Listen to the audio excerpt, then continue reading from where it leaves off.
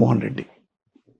జగన్మోహన్ రెడ్డి గారు వాళ్ళ నాన్న చనిపోయిన తర్వాత ఢిల్లీ వాళ్ళు ఏం చేశారంటే, ఇతన్ని కేంద్రంలో తీసుకుందాం, కావాలంటే మంత్రి కూడా ఇవ్వచ్చు, వైఎస్ రాజశేఖర కొడుకు కాబట్టి అని అనుకున్నారు పాపం సోనియా గాంధీ వాళ్ళు.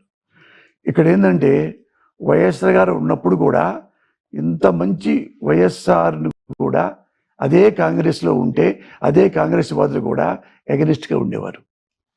అంటే ఈయన పాతుకుపోతాడేమో, మనకు ముఖ్యమంత్రి ఛాన్స్ రాదేమో, వైఎస్ఆర్ఏ పాతుకుపోతాడేమో, ఎందుకంటే మంచి పనులు చేస్తాడు కదా. చనిపోయిన తర్వాత జగన్ వస్తే మళ్ళీ జగన్ పాతుకుపోతాడేమో అని చెప్పి జగన్ మీద చాలామంది కాంగ్రెస్ ప్రముఖులు సోనియా గాంధీ గారు చెప్పేశారు. ఏం చెప్పారు?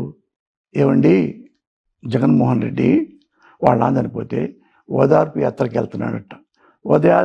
ఓదార్పు యాత్ర ఆ అడ్వాంటేజ్తో మళ్ళీ ఓట్ల కోసం మళ్ళీ తను పెద్ద నాయకుడు అవ్వడానికి అలా చేస్తున్నాడు తప్ప ఇంటింటికి వెళ్ళే అవసరం ఏముందండి?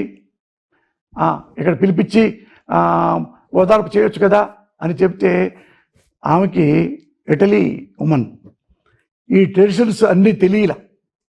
ఇప్పుడు చచ్చిపోతే ఓదార్పు ఏంటి ఇవన్నీ వాడు చెప్తే వినాలిగా. విన్న తర్వాత ఏం చేసింది, మన జగన్మోహన్ రెడ్డి గారిని తీసుకొచ్చి, నువ్వు ఓదార్పు యాత్ర చేస్తున్నావు అంటే ఏంటంటే, అవునండి మా నాన్న కోసం చనిపోయారు, హార్ట్ అటాక్ వచ్చి ఇంకోటి వచ్చి, వాళ్ళ ఇంటికి వెళ్ళి నేను ఓదార్పు చేస్తాను. వద్దు, వాళ్ళందరినీ గాంధీ భవన్ తీసుకొచ్చి ఇక్కడ ఓదార్చి పంపించోంది. How can it possible? ఇప్పుడు నా కోసం ఎవరో చచ్చిపోయారు అనుకోండి, వాళ్ళ కుటుంబం నా ఇంటికి పిలిపించుకుంటానా? నేను వెళ్ళి దండం పెట్టి కాళ్ళు నొక్కి ఆ ముసలమ్మకి, అమ్మ నా కోసం అతను ప్రాణాలు విడిచాడు అని ఏడ్చి దండం పెట్టుకుంటాం. సేమ్ అలాగేనండి మా నాన్న అంటే మనం వాళ్ళ ఇంటికి వెళ్ళి, అయ్యో మా నాన్న కోసం ఈయన వెంకటరావు చచ్చిపోయాడా, అమ్మ నేను ఆదుకుంటాను ఫర్దర్ ఫ్యూచర్లో, అలా వెళ్ళాలమ్మా అంటే do what I say, follow what I said. అది హుకుంగా అనిపించింది దీనికి. నేను ఇంత చెప్పినా, మా నాన్న ఓదార్పు పర్పస్ ఏంటో చెప్పినా వేరే కోణంలో వెళ్ళిపోతుంది. ఇది నాకొద్దు. రాజకీయాలు లేకపోయినా పర్వాలేదు, కానీ నేనేమనుకున్నానో అవే చేయలేకపోతే నేను పొలిటీషియన్ కాలేను అంటే అక్కడే డిసైడ్ అయిపోయి లేచి నమస్కారం పెట్టి, మేడం నేను వెళ్ళిపోతున్నా, అమ్మ వెళ్ళిపోతా పదండి, నేను మీ పార్టీలో ఉండలేదు మేడం, సారీ అని వెళ్ళిపోయాడు. How proud he's. ప్రౌడ్ అంటే గర్వం కాదు, ఆత్మాభిమానం. వెళ్ళిపోయి ఏం చేశాడు? రాజీనామా చేశాడు. వాళ్ళు ఇచ్చే పదవులు నాకు వద్దు, కేంద్రంలో మంత్రి వద్దు, ఎంపీ వద్దు, రాజ్యసభ వద్దు, నేనే పార్టీ పెట్టుకుంటా. ఏం తప్పు చేశాడు? ఎవరిని వెన్నుపోటు పొడిచాడు? వెళ్ళిపోయి ఒక జెండా బతుకున్నాడు. ఈ జెండా మా నాన్న వైఎస్ఆర్ పార్టీ, వైఎస్ఆర్ కాంగ్రెస్. చాలా కాంగ్రెస్లో ఉన్నాయి, భారతదేశంలో డజర్స్ ఉన్నాయి, ఎన్సీపీ ఇంకోటి అట్లా ఈయన పెట్టుకున్నాడు. మరి వైసీపీ పార్టీ భవిష్యత్తు ఏంటి? ఒకప్పుడు భారతదేశంలో బిగినింగ్లో బీజేపీ పుట్టుకొచ్చింది. అంతకుముందు జనతా పార్టీతో కలిసి మొరార్జీ దేశాయ్ వాళ్ళంతా కలిపి ఉండి అది కొలాప్స్ అయిపోయిన తర్వాత మొరార్జీ దేశాయ్ రూలింగ్ చేయలేకపోతే ఎవరికాడు విడిపోయిన తర్వాత మన కాంగ్రెస్ వెళ్ళిపోయిన తర్వాత అందులో కలిసి ఉన్న బీజేపీ అందరూ వెళ్ళిపోయారు. మనం ఏం చేద్దాం అంటే, వద్దు మనం సింగిల్గానే భారతదేశానికి వెళ్దామని చెప్పి వాజ్పేయి, అద్వానీ వాళ్ళిద్దరు సారథ్యంలో భారతదేశం మొత్తం తిరిగి ఓటింగ్కి వెళ్ళారు ఎంపీగా. తను అధికారం కోసం వెళ్తే 2 వచ్చినాయి. భారతదేశం మొత్తంలో వాళ్ళు పోటీ చేస్తే బీజేపీ 2, ఒకటి తెలంగాణలో వచ్చింది, హనుమకొండలో ఎక్కడో ఒకటి వచ్చింది, ఇంకోటి మహారాష్ట్రలో వచ్చింది. 2 ఎంపీలు. 2 ఎంపీలతో భారతదేశంలో వాళ్ళు రాజకీయం చేశారు. ఇప్పుడు 100 అంటే వరల్డ్లోనే one of the tallest politician party ఇది. అలాంటి డెడికేషన్ ఉన్నవాడు జగన్మోహన్ రెడ్డి. 2 వచ్చినాయా, 3 వచ్చినాయా, 4 వచ్చినాయా, ఆడ మానేసిన తర్వాత మన వల్లభనేని వంశీ అనేవాడు అసోసియేట్గా ఉన్నాడు తప్ప అతను ఇక్కడ తెలుగుదేశానికి ఇవ్వాల.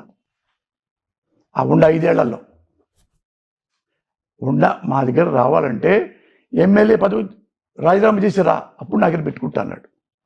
అందుకని అసోసియేట్గా ఉండిపోయి వాళ్ళ దగ్గర లేకుండా మా దగ్గర లేకుండా వేరే బెంచ్లో కూర్చున్నాను.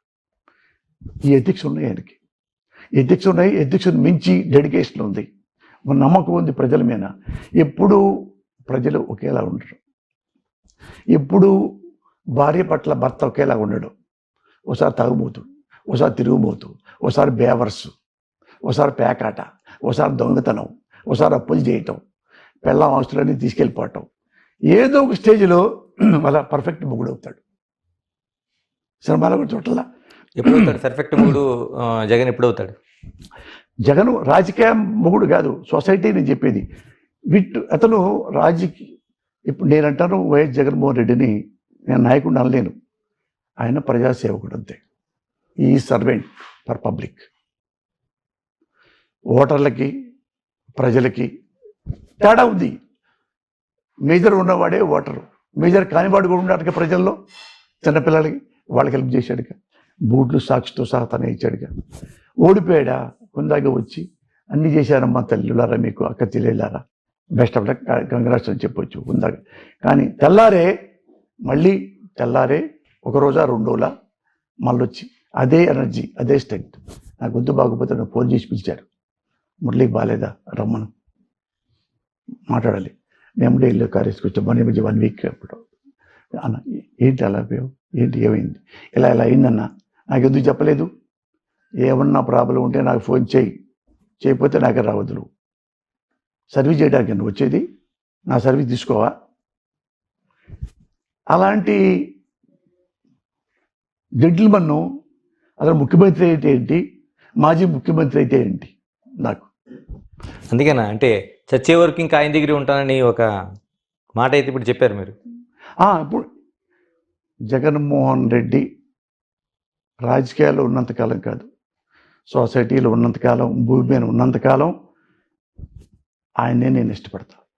మిగతా వాళ్ళని ఇష్టపడినది కాదు, నాకు నచ్చిన మహానుభావుడు, పొలిటీషియన్, కైండ్ హార్టెడ్ ఫెలో, అన్నీ ఉన్నాయి మంచి పనులు ఆయన దగ్గర, అన్నీ మంచితనం ఉంది. అన్నీ చూసుకునే ఉన్న మానవుడు, ప్రతి మానవుడిలో ఏదో ఒక లోటుపాట్లు ఉంటాయి. ఉన్నాళ్ళలో ది బెస్ట్ రాజకీయాల్లో నేను చూసిన వాళ్ళల్లో ఎన్టీ రామారావు కంటే కూడా వైఎస్ రాజశేఖర రెడ్డి కంటే కూడా కాదు, ఎన్టీ రామారావు కంటే కూడా జగన్మోహన్ రెడ్డి హంబుల్ పర్సన్. భూషణ్ గారి స్టేట్లో హాట్గా జరుగుతున్న రాజకీయాల కోసం మాట్లాడదాం. లడ్డు కల్తీ జరిగిందా, కుట్ర జరిగిందా? తిరుమల అనేది ఎవడబ్బా సొమ్ము కాదు. శ్రీకృష్ణదేవరాయల ముందు నుంచి ఎప్పుడెప్పటి నుంచో 100 సంవత్సరాలు ఎప్పటి నుంచో ఎవరో నిర్మించేవారు. వాళ్ళకొక పద్ధతులు, వాళ్ళకొక ఆచారాలు, వాళ్ళకొక విధానాలు, వాళ్ళకొక సంప్రదాయాలు ఉండి స్వతంత్ర ప్రతిపత్తి కలిగిన వ్యవస్థ కింద దాన్ని నిర్మించబడి, దానికి అప్పుడులే ఆ రాజులు అప్పట్లోనే పెద్ద బంగారు నాణ్యాలు, పెద్ద బంగారాలు, అడ్రాడు అన్నీ ఆ తిరుమలకి ఎప్పుడు లూటు రాకుండా అన్నీ సమకూర్చి ఈ పద్ధతిలో చేయండి అని చెప్పి వెళ్ళిపోయిన మహానుభావులు. ఆ వ్యవస్థే అప్పటికి ఇప్పటికి వస్తూ ఉంది. అక్కడ ఎవరైనా నీలాంటి వాడు నాలాంటి వాడు కుండీలో వేసినా ఆ డబ్బులన్నీ తీసుకెళ్ళి అదే తిరుమల సంస్థానం వాళ్ళు బ్యాంకులు వేసుకుంటారు. బంగారాలు, నగలు గిగలు బ్యాంకులోనే పెట్టుకుంటున్నారు. ఇది పద్ధతి అని చేసుకుంటూ ఉన్నాడు. ఎవడండి వీళ్ళ హక్కు ఏంటి? ఆ పూజారులు పక్కన పెట్టి, ఆ వ్యవస్థ నిర్మించే వాళ్ళని పక్కన పెట్టి, వాళ్ళు నడిపించే వాళ్ళని పక్కన పెట్టేసేసి, వాళ్ళ నోరు నమ్ చేసి మీరే క్వశ్చన్ మీరే ఆన్సర్ చెప్పుకుంటారా? ఇప్పుడు ఒక పర్పస్ నేను చెప్తున్నాను, విన్నాను. ఇప్పుడు ఒక లడ్డు కల్తీ కలపడానికి వచ్చిన పర్పస్ ఏంటి అసలు చెప్పండి మీరు? ఎవడన్నా ఇప్పుడు అందులో 1,00,000 కోట్లు ఉన్నాయి, 10 లక్షల కోట్లు తిన్నాడు జగన్ గారు అంటే తిన్నాడా అని క్వశ్చన్ చేయొచ్చు. ఎందుకు తినండే, ఆయన మంచోడే అనుకోవచ్చు, ఏమో అనుకోవచ్చు. ఇంత లడ్డులో ఇంత కల్తీ కలిపితే ఆయనకు వచ్చిన లాభం ఏంటి, ఆయనకు వచ్చే సంతోషం ఏంటి?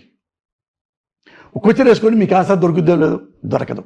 అంటే దొరుకుతుంది కదండి. ఇప్పుడు చాలా మంది చెప్తున్నది అదే కదా, అంటే లాభ నష్టాలతో బేరీజ్ లేకుండా తిరుపతి ప్రాశస్త్యాన్ని, ఆ గొప్పదాన్ని దెబ్బతీసే ఒక కుట్రగా దీన్ని చూస్తున్నారు, దీనిపైన వ్యాఖ్యలు చేస్తున్నారు. ఏమని చెప్పాలి? అంటే తిరుపతి కొండని అన్పాపులర్ చేయడానికా? అంతే కదా. ఏమనుకుంటున్నా నీ ఉద్దేశంలో ఏమిటో? నువ్వు జర్నలిస్టు కదా, వాళ్ళు చెప్తున్నది అదే కదా. నీకు ఆ నాలెడ్జ్ లేదా కొంచెం కూడా? వాడెవడో చెప్తాడు, నేను అంటాను పలానా వాడు డంగా డంగా అంట, నువ్వు పోయి చెప్పేస్తావా డంగా డంగా కోస్తాను చెప్పాడని? నీకు నాలెడ్జ్ లేదా జర్నలిస్టు కూడా? నువ్వు సీనియర్ మోస్ట్వి.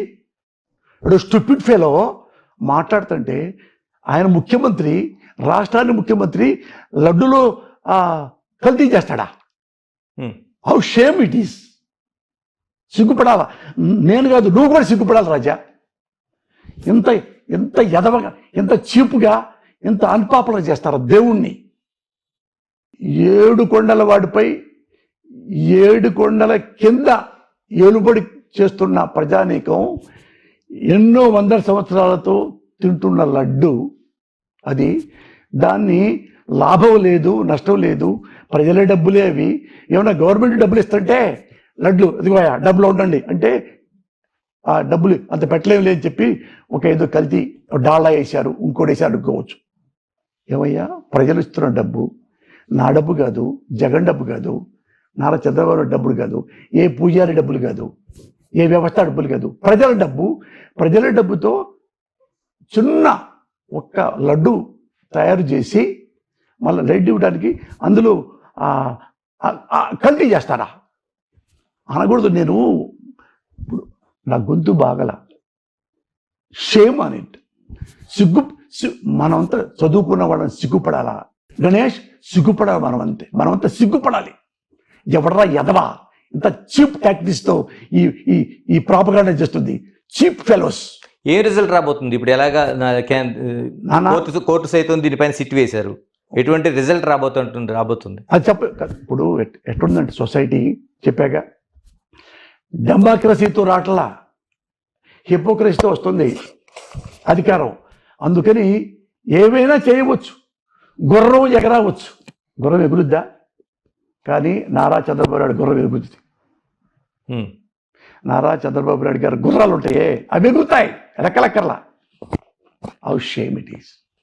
సిగ్గేసుకోండి, చచ్చిపోతారు. దేవుణ్ణి అంత అహంకారంతో, దేవుణ్ణి అంత చీపుగా, దేవుణ్ణి అడ్డం పెట్టుకుని, వెంకటేశ్వర స్వామిని అడ్డం పెట్టుకుని ఒక జగన్ని తొక్కడానికి. అంటే ఫర్దర్గా మన నా కొడుకు మన ముఖ్యమంత్రి అవ్వాలి కదా. జగన్ అనేవాడు లేకుండా తొక్కి తొక్కి తొక్కి తొక్కి అన్ని వ్యవస్థల్లో ఇక్కడ క్యాస్ట్ పెట్టావు, మతం